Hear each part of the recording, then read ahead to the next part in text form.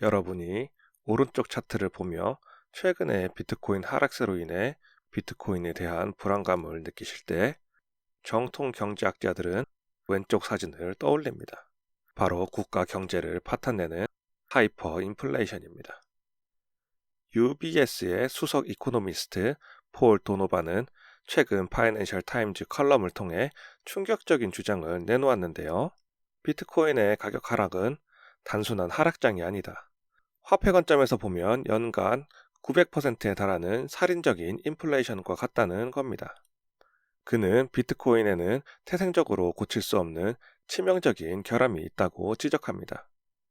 달러나 원화 같은 실제 돈은 수요가 줄면 공급을 줄여서 가치를 방어할 수 있습니다.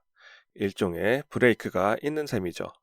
하지만 비트코인은 이 브레이크가 아예 없습니다.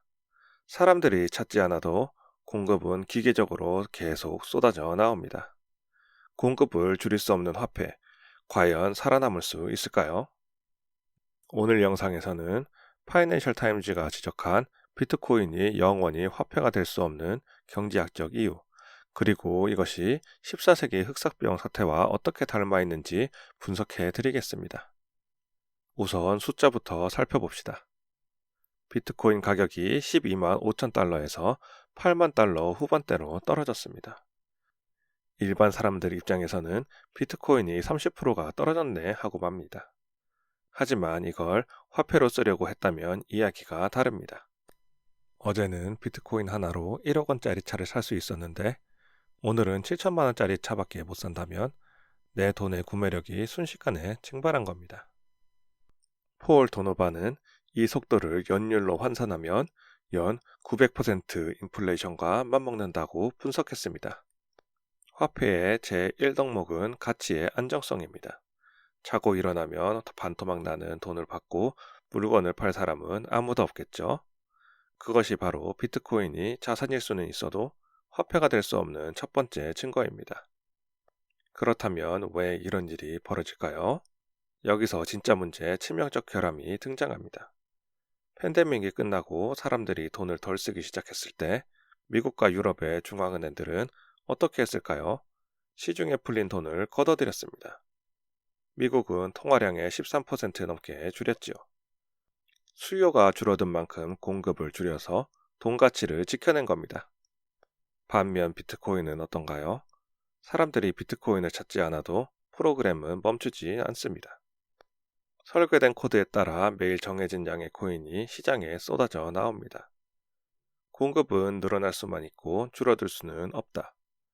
수요가 0으로 떨어져도 공급을 멈출 수 없는 구조입니다. 이것이 바로 가격 폭락을 부추기는 엔진입니다. 심지어 크립토밸리라 불리는 스위스 추크시조차 세금은 스위스 프랑으로 받습니다.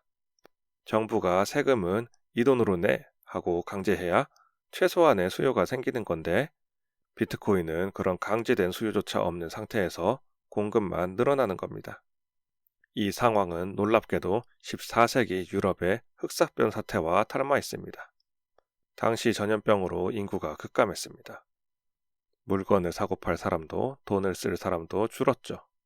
하지만 시중에 풀려있던 금화와 은화의 양은 그대로였습니다. 결과는 어땠을까요? 돈이 물건보다 흔해지니 극심한 인플레이션이 발생했습니다. 사람이 줄면 돈도 줄어야 하는데 그게 안 됐던 겁니다. 이건 먼 과거의 얘기만이 아닙니다. 앞으로 전 세계는 인구 감소와 고령화를 겪게 됩니다. 경제 활동이 줄고 화폐 수요도 줄어들겠죠. 이때 중앙은행은 돈을 줄여서 대응할 수 있지만 공급 조절 기능이 없는 비트코인은 14세기의 금화처럼 가치를 잃을 수밖에 없다는 것이 폴 도노반의 경고입니다. 결국 파이낸셜 타임스와 폴 도노반의 결론은 명확합니다. 비트코인의 그 혁신적인 설계가 오히려 화폐가 되는 길을 막고 있다는 역설입니다. 수요가 줄어들 때 공급을 줄여주지 못하는 화폐는 결국 가치를 지키지 못하고 하이퍼 인플레이션의 길을 걷게 됩니다. 이 치명적 결함이 해결되지 않는 한 비트코인은 우리가 커피를 사 마시고 월급을 받는 진짜 돈의 자리를 대체할 수는 없습니다. 역사는 반복된다는 말이 있죠. 14세기 흑사병이 우리에게 준 경제학적 교훈이 21세기 최첨단 디지털 산업 시장에도 똑같이 적용되고 있습니다. 유연하지 못한 공급은 재앙을 부른다. 이 단순한 경제 원리를 무시한 대가가 지금의 변동성으로 나타내고 있는 것일지도 모릅니다. 여러분은 어떻게 생각하시나요? 비트코인의 공급 제한은 여전히 혁명일까요? 아니면 화폐가 되지 못하게 만드는 족쇄일까요? 비트코인의 미래에 대한 여러분의 다양한 의견을 댓글로 남겨주세요. 오늘 영상이 유익하셨다면 구독과 좋아요 부탁드립니다. 다음 시간에도 외신들이 전하는 날카로운 경제 인사이트로 찾아오겠습니다. 시청해주셔서 감사합니다.